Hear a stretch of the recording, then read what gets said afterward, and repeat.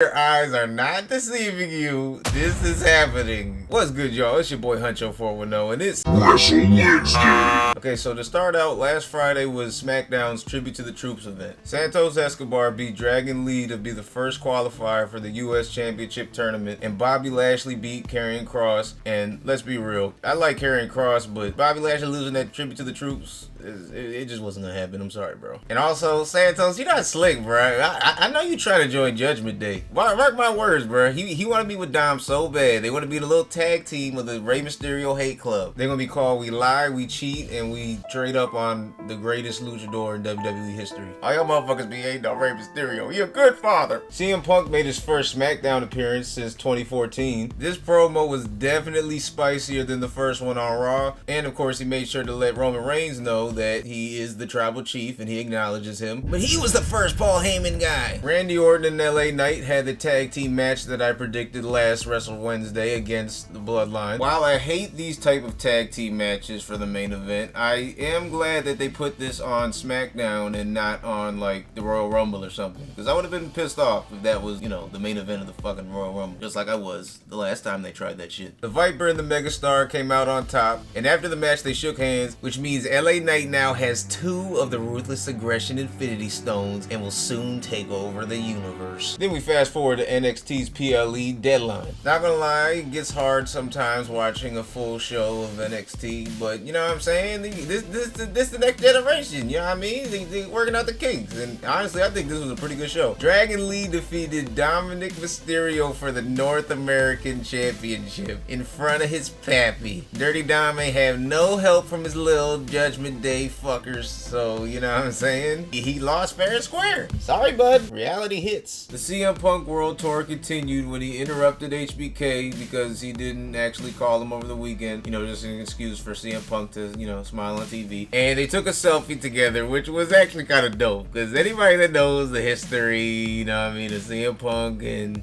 you know, members of DX, you know what I'm saying? They came a long way, so this wholesome moment. Carmelo Hayes and Lexis King finally faced off, and the boy Melo came out with the dub, of course. But Lexis King said at the end of the match that it wasn't him that attacked Trick Williams. So, you know what I'm saying? I think it was Melo, bro. I'm not gonna lie. It's gotta be Melo, man. Be your own bros. But let me know in the comment section who you think whooped that Trick. Speaking of Trick Williams, though, he also won the Men's Iron Survivor Challenge match, even though Braun Breaker did like 3 spears in the span of what, like 20 seconds, and got 3 pins at one time. You think Braun Breaker would win this match, but shout out to Trick Williams, I was saying, overcoming the odds. And the main event had Ilja Dragunov defeat Baron Corbin to retain his NXT title. Get some, Baron Corbin. Haha, look at you, you lost. Who do y'all think is gonna win between Trick Williams and Ilja Dragunov? I think that's actually gonna be a banger match, because Carmelo Hayes versus Ilja was a good match. So, you know what I'm saying? Trick Williams is his turn, so let me know what y'all think. Then to end off, we go to Monday Night Raw. Yeet Master main event Jey Uso came out to open up the show. And listen, I got a question for y'all. Have y'all heard anyone else say Yeet Master main event Jey Uso? Like everyone said, you know what I'm saying? Yeet is Jey Uso, but who's it, you know, that phrase?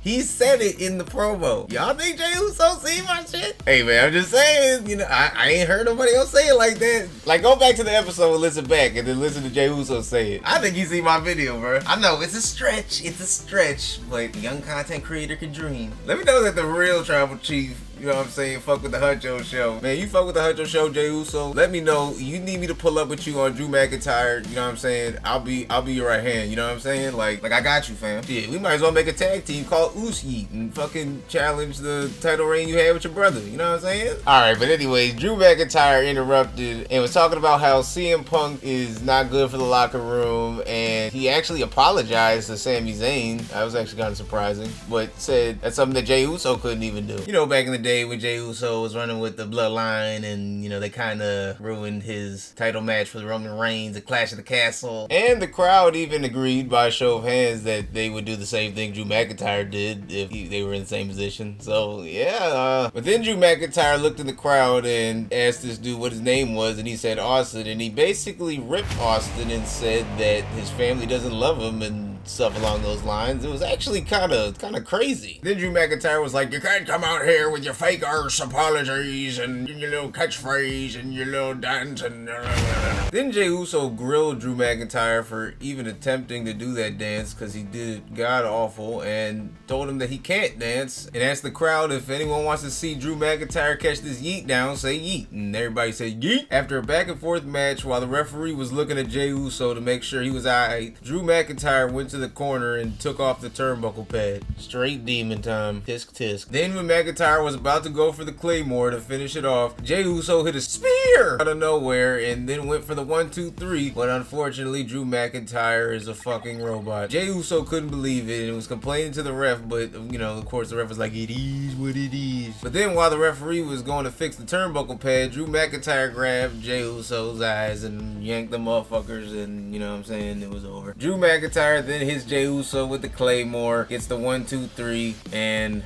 wins the match. Seems like Raw has a serious case of flu McIntyre. Get it? Because, you know, Then it was time for the end of the CM Punk World Tour. Adam Pearce brought in CM Punk to make his decision on who he will sign with for his new WWE contract. After talking about how Cleveland has fucked him over for the last 3,000 years, CM Punk announced that he is the newest superstar of Monday Night Raw, signed the paper, and went to go celebrate as the crowd chanted in approval. At this moment, it really felt like hell froze over. And then Seth burned it down. Electricity went through every fan of that arena as World Heavyweight Champion Seth freaking Rollins came out to address the over 10 years of beef that's been marinating on interviews and Twitter and such. The face-off that we've all been waiting for. Half the crowd singing woes to their heart's content while the other is screaming CM Punk's name. Never in a million years did any of us think this would happen. Shout out to Paul, man. Seth asked CM Punk to do him one little favor, and that's never to call the WWE his home. And at this moment, Seth Rollins was not just cutting a promo. This was a real, man. This was some real heat. This was from his heart. He talked about how for 10 years he slandered his name, the people in the back, all his friends, the company they work for, all that shit. This is not your home. This is my home. That's how he said it. And this promo was pretty much Seth Rollins channeling his inner Adam Page. You know what I'm saying? Like, he was on CM Punk's head top. CM Punk popped the shit back, flying on his Liam Neeson tip, saying, "That's the last time you talk to me disrespectful without me coming after you."